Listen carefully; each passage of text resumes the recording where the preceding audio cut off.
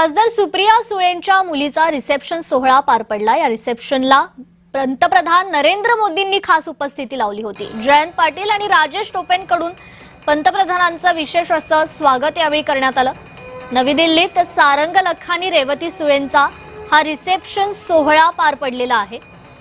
तर लोकसभेचे विरोधी पक्षनेते राहुल गांधी असतील, समाजवादी पक्षाचे अध्यक्ष अखिलेश यादव असतील यांच्यासह राजकीय वर्तुळातील सर्वपक्षीय दिग्गजांनी या रिसेप्शनला हजेरी लावलेली आहे। खास करून पंतप्रधान नरेंद्र मोदींनी देखील या रिसेप्शनला हजेरी लावलेली आहे। या दरम्यान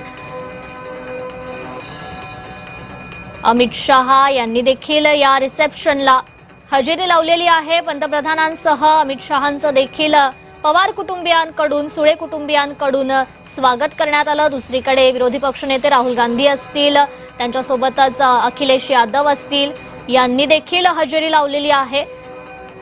या रिसेप्शनला राजकीय क्षेत्रातील दिग्गज लोकांनी हजेरी लावल्याचं पाहायला मिळालं। विरोधी पक्षनेते राहुल गांधी असतील, त्यानंतर प्रियंका गांधी असतील यांनी देखील या रिसेप्शनला हजेरी लावलेली आहे। सुळे कुटुंबियांच्या या प्रमुख सोहळ्याला दिग्गज राजकीय नेत्यांनी हजेरी लावलेली आहे। मैत्रीपूर्ण असं वातावरण या सोहळ्यावेळी पाहायला मिळालं। गांधी कुटुंबियांनी देखील या रिसेप्शनला हजेरी लावत सुप्रिया सुळे यांच्या मुलीला शुभेच्छा दिल्या।